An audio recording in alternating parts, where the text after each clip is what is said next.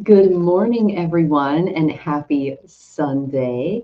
My name is Michelle Marie, and I'm here for the astrological update. It is March 9th, 2025, and we're going to go into what's going on in the sky. We're also going to talk about the best way to celebrate our loved ones who have passed, as well as a really great activity that you can do today to pay off a ton of karma, okay, bad karma.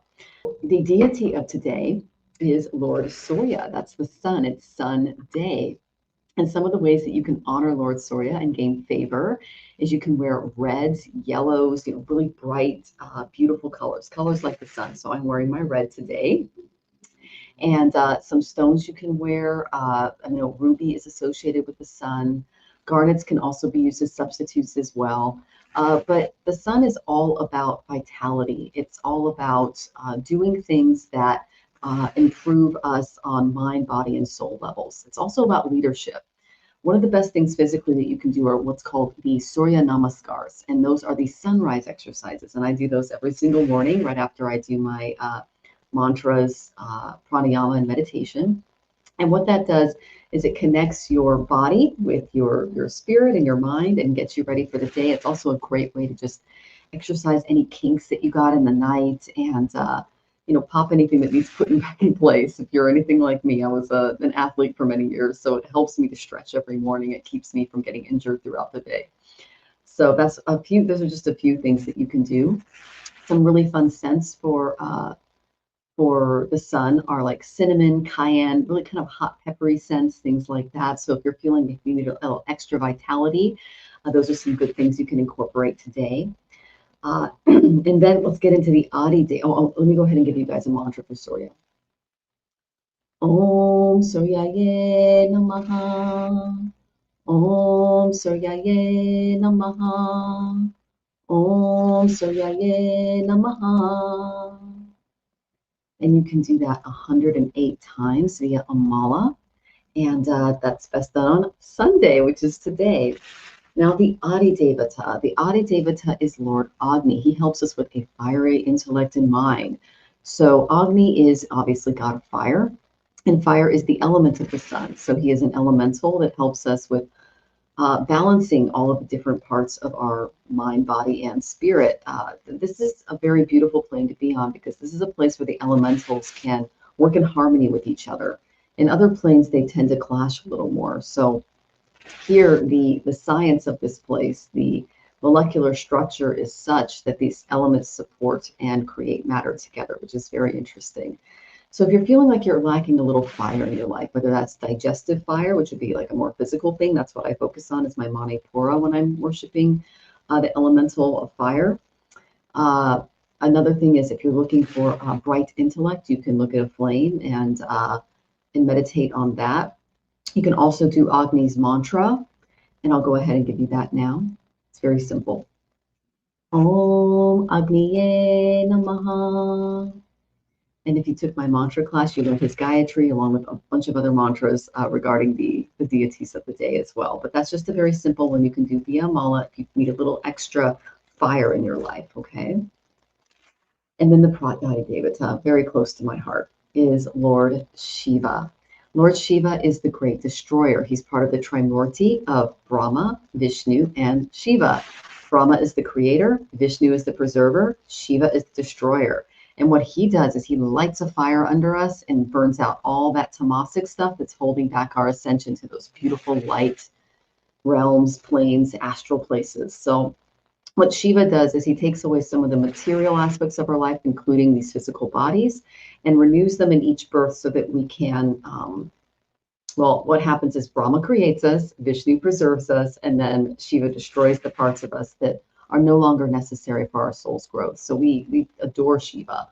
And a really good mantra for him is Om Namah Shivaya, Om Namah Shivaya, Om Namah Shivaya, Om Namah Shivaya. And that is just another thing that you can do on a Sunday to kind of help with the energies of that. Now, the sun also represents the father in the chart as well as vitality. So when I see things like sun in the 12th house or sun in an enemy house or maybe a malefic aspect on the sun, something like that, that tells me a lot about a person's health, the relationship with the father, and what their self-esteem is like. Do they have too much of it? Do they have too little of it? For instance, I look in the Shad Ball, which is a little deeper into the charts. And what the Shad Ball reveals is how strong the planets have come into this incarnation over many births. And an example of someone who has a sun that's very strong would be like the current president of the United States. But if you look at the Saturn, which is service, caring for the collective, thinking of others, especially the disabled, the elderly, etc. He's a 0.6, which is everything under a 1 is very below average. But his sun is very, very strong. So when I see imbalances like that, it can point to narcissism. It can point to imbalances in a person's life as well. Another thing is if they have a very strong sun and a low Mercury, that's someone who is, like for instance, if they work for Fox News or something like that, they tend to be very bold with their speech, very leadership based, but their intellect hasn't developed yet. So there's an issue there. Okay, so those are just a few things that I've noticed in people's charts as I've given readings and looked at celebrity charts as well. And it's very interesting to see how those imbalances, if you do some of these remedial measures, can be worked on. Like for instance, my sun is a 1. It's average. It's human, but it's just right there. It's not a 2 like the president of Mexico. She has a 2 sun, but her Saturn's a 1.8. So she's not only a leader, but she's all about the collective. So I'm very lucky to live in a country where the leadership is focused on the working and middle class as well as the elites. And that said, Sun represents the sign of Leo, which is the king, which is opposite Saturn, which is servants, the older populations, disabled people, etc. Okay, so I'm going to go into what's going on in the sky. You know how I mentioned today is Sunday. Well, the sun is conjunct Saturn today in Aquarius, and in the Vedic tradition, Saturn rules Aquarius. It's Uranus in the western. So what does that mean? The sun is kind of weak in Aquarius because that's the sign of kings. That's the sign that's opposite Leo. And Saturn is all about the collective. So there could be some clashes that we see in this area.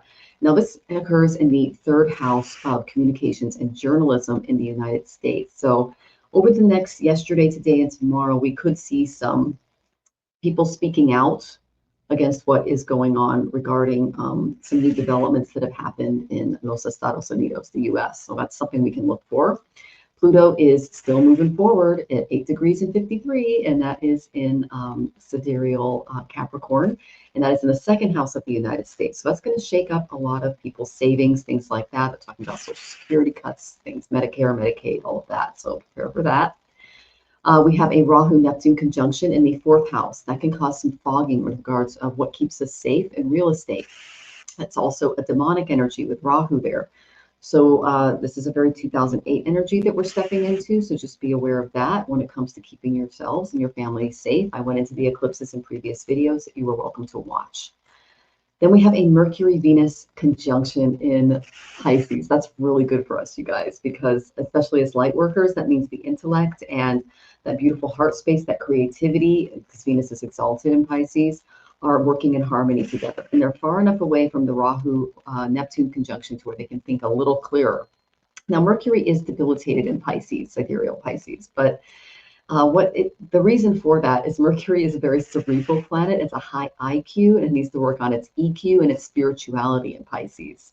And when it does that, it can tap into those higher realms. Someone with a really strong Mercury in Pisces would be like Shakespeare. He's an Aravati sign, and he was able to transcend other realms for his plays and for his divine creativity. So that's just an example of someone with this type of energy. It's really beautiful. It transcends time. And then Uranus is getting closer and closer to entering sidereal Taurus. That is going to shake up a lot of our institutions. That happens on March 19th, just after the lunar eclipse on the 14th. So prepare for that. And Jupiter is in Sidereal Taurus moving forward. And if you have any planets in Western Gemini, you are definitely feeling this, or Sidereal Taurus. It is a very good Santa Claus type energy. He's been on my ascendant for a while. He went direct on it, and I am feeling amazing. So I'm very thankful to Brihaspati, which is Jupiter. Mars is moving forward in Sidereal Gemini. So you want to watch your communications, maybe think before you speak, because that can cause a little bit of, especially yesterday, if you were feeling a little anxious, we had a Moon-Mars conjunction in that sign. And what that can do is bring up more volatile emotions. Okay, so if you have anything there, that's what was going on. Mars is also in the 7th house of the United States. That is one of the strongest houses since the founding in 1776. And that pointed toward our allies. Now that Mars is moving through there, we can expect some shakeups in that area and a reallocation of allies that the United States is going to take on. So prepare for that.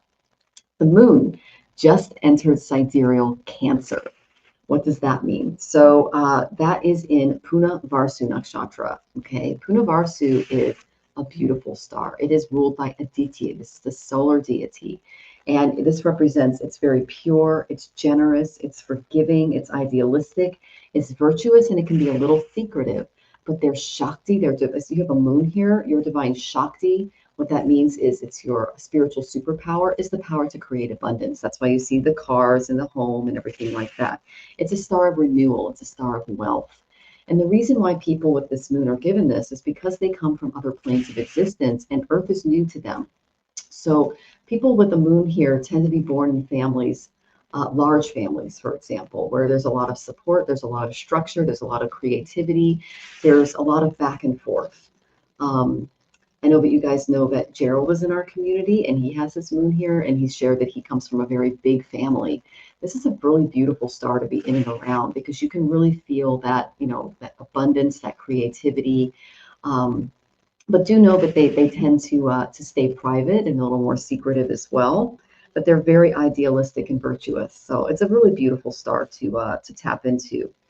And so Aditya is the main goddess behind this. So I hope you guys can enjoy that as well. And you can pray to Aditya, which is a solar goddess on the sun's day. And I gave you guys a really good mantra you could do at the beginning of the show. So I kind of want to go into the reading today. This was really fun. So I've been reading this book, What Happens to the Soul After Death. And this helps us stay all grounded because we come in here naked and screaming and we leave out of here naked and, crying. All right. But we come in and we go out the same way. Okay. So it's important that we keep that in mind every day that we're here, that every day is a gift, every day is a chance to grow, but also that this life is to be celebrated and used for doing the absolute best that we can do and in these human bodies, because that determines our next birth, what plane we end up on, what type of loka, which is a plane of existence that we end up on to learn our lessons. And it can be everything from the yamalokas, where we get tortured if we're really bad people, to the more Spraga lokas, which are the heavenly planes, where we get in contact with these divine celestial beings that can help us just exponentially grow on our soul's path and journey to source. So it's very important that we pay attention to these things as we go through our development as souls. So I thought today's reading was really interesting, and you can get this at sivananda.org. There's a ton of free PDFs. He is the author, and he's a divine realized sage. Okay, so this is prayer and kirtan that we can do for those who have passed. This is a way that we can support our loved ones after they've left the physical body. Okay, the prayers and good thoughts or good wishes and kirtan. Kirtan is a celebration of mantras and singing. It becomes helpful for departed souls. They can become an invaluable assistance to those who have passed. Prayers for them are an integral part of most religions. The Catholic Church conducts prayers for those who have passed as well. Prayers act on the principle of a radio station and broadcast the waves of good thoughts, just as a radio station broadcasts waves of sound. Prayer or kirtan is a mighty force which helps the departed souls in their progress toward heaven and their quiet passage through the intermediate states. The departed souls remain in a state of swoon or unconsciousness immediately after death. They cannot feel that they are detached from their previous body. And prayers, kirtan, and good thoughts from relatives and friends give real solace to these departed souls. It brings them so much peace. They create a potent vibration and an awakening in their stupefied conditioning of mind, bring back the veiled consciousness. The souls begin to realize that they are not really in their gross material bodies anymore. Then they endeavor to cross the borderland, a narrow river of ether, which is known as Vaitarani by the Hindus, the Chinavat Bridge by the Parsis, and Sarat by the Mohammedans.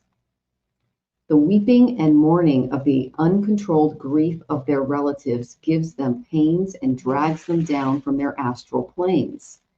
This may seriously prevent them on their way to the heavenly worlds. This produces serious injury to them.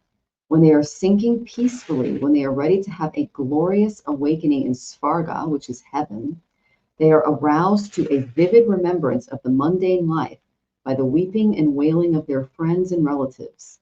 Their thoughts produce similar vibrations in their minds, and it brings acute pain and discomfort. Therefore, relatives and friends should do kirtan, a celebration of life, and prayers for the peace of all departed souls. Then and only then can they offer true and valuable comfort to them. If 10 or 12 people sit together and do kirtan and prayer, it will be decidedly more powerful and effective. So it's really good to get in groups and do this after someone passes. Collective prayer and kirtan exercise tremendous influence in helping them rise to those higher and more beautiful astral planes. So this is just something that we can do on a mental and on an emotional level, especially right after a person has passed away, in order to help their soul reach those higher planes of being and thinking.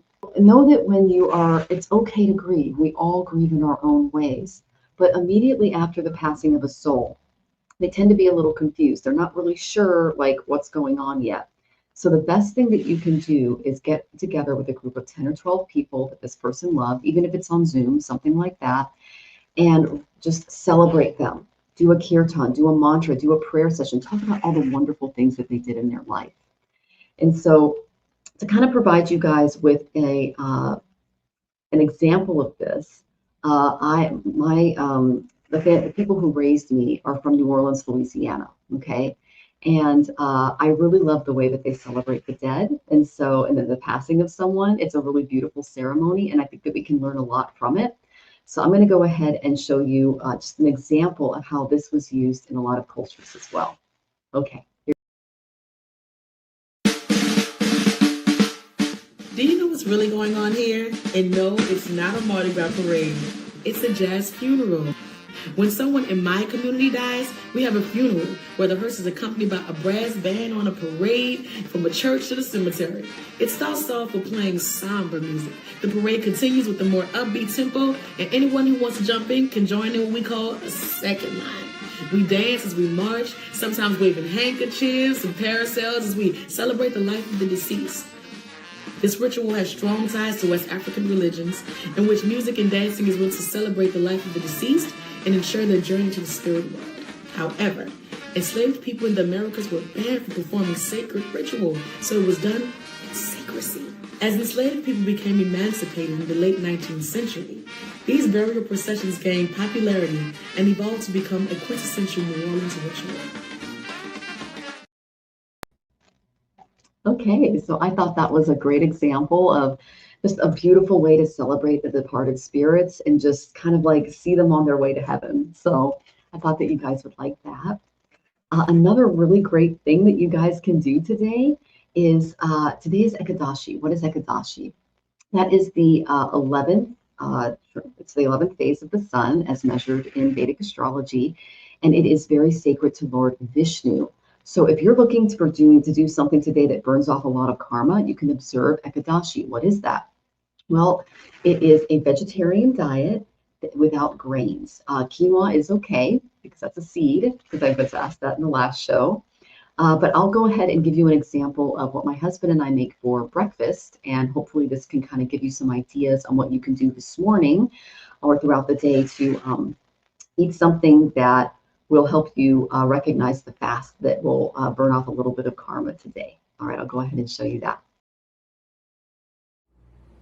My husband and I are going to create a Ekadashi-friendly breakfast. This is a very healthy breakfast if you are living a yogic lifestyle. It consists of nuts, blueberries, honey, chia seeds, sugar-free yogurt, plain, fresh strawberries, nut butter, bananas, guava, kiwi, and fresh papaya. We also include about a teaspoonful of papaya seeds with our breakfast because they're antiviral, antifungal, antibacterial, and they're great for digestion. And here is the finished product. This is my bowl and Jonathan's bowl. We hope you enjoyed this video. Sending love. Okay, so that's just an example of a breakfast that you can make on Ekadashi. For dinner, I can show that next time if you want to. This is every 2 weeks, by the way, Ekadashi. So it'll be 2 weeks from now. It is, what we do is I make some quinoa, and then I steam some squash and some carrots. And then I make like a tomatillo sauce to put on top of it with a little bit of cheese. And that's what we have for dinner. And that's grain-free and it's vegetarian. So it's basically keeping the digestion light so that you can focus on the more spiritual aspects of the day and have more time to meditate and really tap into the divine, because anything you do on an Ekadashi is much more powerful than other lunar phases. So this is a really great day to step into that spiritual practice and fast a little bit. And that also burns off a lot of negative karma from past births. I'm going to go into the overall tarot energies today. I went into the astrology readings already. Can you tell I woke up an hour earlier? All right, so the first card I got for the collective was the Four of Swords reversed. This is my forgive and forget card. So if you're at a phase in your life where you need to release any buried anger, any resentment stemming from plans that didn't work out, this could also be the grief of a loved one, because our loved ones, they want us to be strong and thrive, and they also want to help us here while we're here. And I understand that we all have different modalities of grief and I mean, sometimes resentment if we weren't that we didn't really get along with that person, etc. Today is a great day to kind of release some of these energies. It's essential to forgive or forget and to move forward. Now, when I say forget, I don't mean forget what they've done and not learn that moving forward. What I mean is swaha, let it go and move on.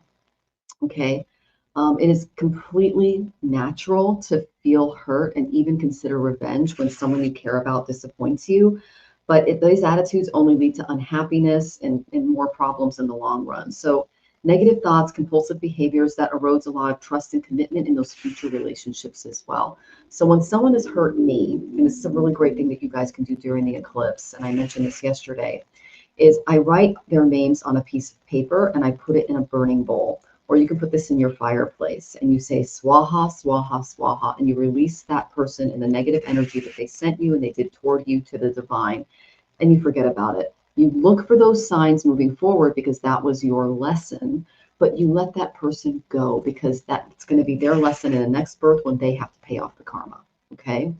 So today is a day about releasing resentments, releasing complaints, and finding solace in the knowledge that there's a lot of unexpected twists in your life's journey that can bring more hidden rewards, especially as you go through some of these things. So if you're experiencing any instability or disharmony at home, just embrace the changes that are coming your way and see them as a potential time for growth and positive change, okay? I don't know about you guys, but I'm getting a lot of women contacting me for readings, and marriages aren't doing very well, folks, just especially in the United States. And a big part of that is that an overwhelming amount of men voted for Donald Trump and still think that he's a good idea, even after all of these things have come out. Women, from Gen Z all the way up to the silent generation, voted for Kamala Harris. And so there is a lot of injustice in the female collective going on, and they want to move, they want to get their children out. There's a lot of things they want to do, and the men love it. They're like, no, no. And some of them are even going, I own you now. No, you can't leave. You can't divorce me. It's bad. So if you're dealing with stuff like that, set your boundaries, forgive that person for their ignorance, but do what's best for you and your family, because that's the most important thing, especially if you feel that you're in danger or if you're being mistreated. I I come from domestic violence. I came from an extremely abusive home. And if I hadn't gotten out of there, I'd be dead and I wouldn't be talking to you today. So if you are seeing this in your community and you're being in and around women that are dealing with this, first, release the resentment so you can think clearly, and then create a plan for which you can keep that person safe, keep the children safe, etc. Okay. I don't know if you guys are experiencing this in your practices, but I am in mine in spades. So this is also a really good time to pray for the divine feminine and really honor the space inside of your heart as you do that, and not take on some of the negativity as you do so. Because if you do that, you can start to feel angry and that'll get in the way of your meditation. I had to release a lot this morning before I was able to just calm my mind down. Because we can carry some of those people and their stories with us, especially if we've been triggered by this in other times of our life and in past lives as well. Mary says, oh, you're right. I know a lot of women in bad relationships and they stay because of money. Now, this is for all of the women who are staying because of money. The divine will help you on the other side. I was left with nothing but my husband's gambling bills, debt, and bar bills that he got in credit cards in my name. I had to file bankruptcy because he did this all on the DL, and he teamed up with my father to steal my house and all the equity out of it. After that, I was left homeless. I had nowhere to go. I had no food to eat, and it was even hard for me to get a food stamp card. Here's what happened. The divine did catch me. I'm still alive. It was the scariest, most traumatic thing I've ever done. But when it's you and death, you have to leave. Don't wait until it's too late, okay? Do what's best for you to keep yourself safe. Call the YWCA if you still have one in your area. Call a friend or family member you can trust. If you can't, make sure that you're wearing shoes around the house in case you need to run out one day, because that's what happened to me, okay? If you let this go too far, they will team up and they will plan to they could make money off your death. Mine opened a $750,000 life insurance policy and then tried to collect on it by poisoning me. That was bad. Okay, so you don't want to wait until it gets that bad like I did. Learn from a survivor. I should have gotten out a lot sooner, but I stayed thinking I could help, thinking I could maybe love him back to life. It was a very Beauty and the Beast toxic thing. You know, it's like, well, he's a beast. Maybe I can make him better if I just love him more or support him more, or if I'm sweeter, or if I just let him have everything I make. No, that's not good for you. That's not good for your kids. What woke me up out of it was when he started abusing the dogs and I caught him. It had to happen outside of myself because I myself was abused as a child. As someone who lived as a lifetime abuse victim, I am now a victor. I got out, and for the money, it'll come. I promise you it'll come. It'll be very difficult, but the divine will catch you on the other side, and I am speaking from direct experience. Okay? All right. Gotcha, Kelly. I'm so sorry about that. That is a very difficult dynamic to go through, and that's actually going through a lot of homes right now. The men don't see how much damage they're doing to their families, and I pray that the apology will probably come when it hits them, and that's very upsetting for a lot of women to realize. And I'm sending you tons of love, Kelly. All right. And Mary says, I don't understand how women, even married, stay in relationships, do not have their own accounts. Well, I can tell you why. They're not allowed to. I grew up in a town where my mother had to get my father's permission just to buy a car. There are whole little communities and towns where the men all get together in just positions of leadership, and they keep the power away from the women. And I grew up like that. And then I entered into a marriage like that, and I just thought that was normal. I did not realize I could have my own bank account until I was going through my divorce. And my lawyer said, what? And I'm like, no, you have to come with me. And he goes, what? And I'm like, you're a man, you have to come with me. And my lawyer went, no, I don't. And I go, I can't open a bank account without my father or my husband. I don't have a brother. And he goes, oh my God, sit down. And I'm like, okay. And then he informed me that I, in fact, could have my own bank account. And honey, I went to college. No one told me this. So there are some women who are literally bred from birth. And I grew up in a town where they did this to women. And it wasn't a small one. I mean, it was about 10,000 people, but it is ingrained in certain parts of our culture, especially Judeo-Christian parts of our culture, where women are not allowed to own things. And so that's just my own experience. And that's why I tend to be such an advocate for helping women out of these situations. And I think that's why the divine brings them to me, because I could go, okay, what are you scared of? And then I could say, this is what I did. Okay, let's look at your plan. Okay. And we're going to be seeing a lot of that in the future, especially as more and more things get taken away to protect women and children. Okay. And thank you for the love, Nancy. Love you. And I love you too, Jane. You're so sweet. And yes, I am not a victim. I am a victor. Yes, that is, yeah. And I have no problem sharing my story, especially if it's going to help others get through whatever heck they're going through, because we are here to support each other as women. We are here to kind of form that line. And it was a few women after I got out of that situation that kind of woke me up to different ways of being and living. And that's what got me into this community. That's when I started Tarot, so that I could work on my divine intuition, that beautiful feminine intuition that I had as a child, but I wasn't able to practice well into adulthood. I had to keep my astrology a secret. When they found out, they burned my books. So there's a lot that goes into this. And I don't think that people really see what's going on behind the scenes in some of these houses. And it's still going on, because I'm getting clients like that, and they're meeting me in secret and going, what do I do? I'm worried about my kids. You know, I'm worried about me. I'm worried about, you know, it's usually them. They're usually put last. It's usually the kids or the pets. So, and Lauren says, it's a sad truth in areas in the South. I'm from Washington, and it was happening in my town. So it's all over the place, especially in rural communities where there's a very strong church presence and there's not a lot put on education. So, and thank you, Nancy. You're strong too. We're all strong. That's why we decided to incarnate during this birth. And we're all here to support each other and love each other through that. We all have our story. We all have our sad truths. And when we share, when we collaborate, that is what they fear. Okay. All right. So the next card I got is, once you kind of step out of, you know, the resentment and you clear your head of what's going on in and around you, step into your dharma, step into justice. What would you do? And I have to tell this to people that can't get out of the situations that they're in. What would you do if this were a good friend? What would you do if this were your child? You have to do this to someone who's conditioned, someone who was conditioned like me. It wasn't until he started hurting my babies, my little chihuahuas, that I went, what? What did you just do? And of course I was getting hurt, but it was like, that was just normal. But you do it to my babies, it's like, oh my gosh, it woke me up. That needed to happen for me to go, I got to get out of here. Like, he's going to kill my kids, you know? So step in your dharma. What's right? What's wrong? Think of it from Lady Justice's perspective, okay? And put the sword of truth right in the middle of your life and start living in that truth. And if you have to set some really real, strong boundaries, draw those lines in the sand, you do it. You do what's best for you, okay? Now, I am not a proponent for divorce. I am not a proponent for separation and things like that. But if you are living in a situation where your will, your freedom is being taken away from you, that's abuse. And if they were in that situation, they'd be running for the hills too.